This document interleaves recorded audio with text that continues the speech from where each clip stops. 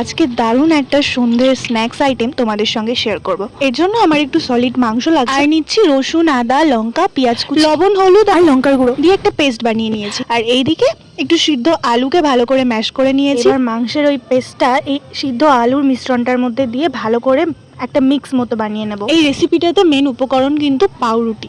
পাউরুটির ধারগুলো ভালো করে কেটে নিয়েছি, আর ধারগুলো তো ফেলার দরকার নেই, এগুলো পরে কিন্তু ব্রেড ক্রামস বানানোর কাজে লেগে যাবে, তো এগুলো ফেলবে না। আর এইদিকে দেখতে পাচ্ছ একটা ব্যাটার মতো বানিয়ে নিয়েছি, এর মধ্যে ওই ময়দা আর লবণ আর হলুদ গুঁড়ো দিয়ে একটা মিক্স করে নিয়েছি। এবার পুরগুলো এই পাউরুটির মধ্যে দেব, যাতে পুরগুলো না বেরিয়ে যায়, তাই জন্য আমি ওই মিক্সচারটা বানিয়েছিলাম।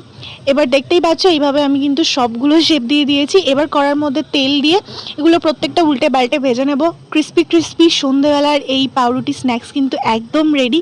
খেতে দুর্দান্ত হয়, তোমরা অবশ্যই বানাবে আর কমেন্টে জানাবে কেমন লাগলো। ভালো লাগলে চ্যানেলটাকে সাবস্ক্রাইব করে দেবে এরকম আরও ভিডিও পাওয়ার জন্য। আর তোমরা অবশ্যই আমাকে কমেন্টে সাজেস্ট করতে পারো তোমরা কি কি রেসিপি দেখতে চাও, সেটা আমি চেষ্টা করব সেটা বানিয়ে তোমাদের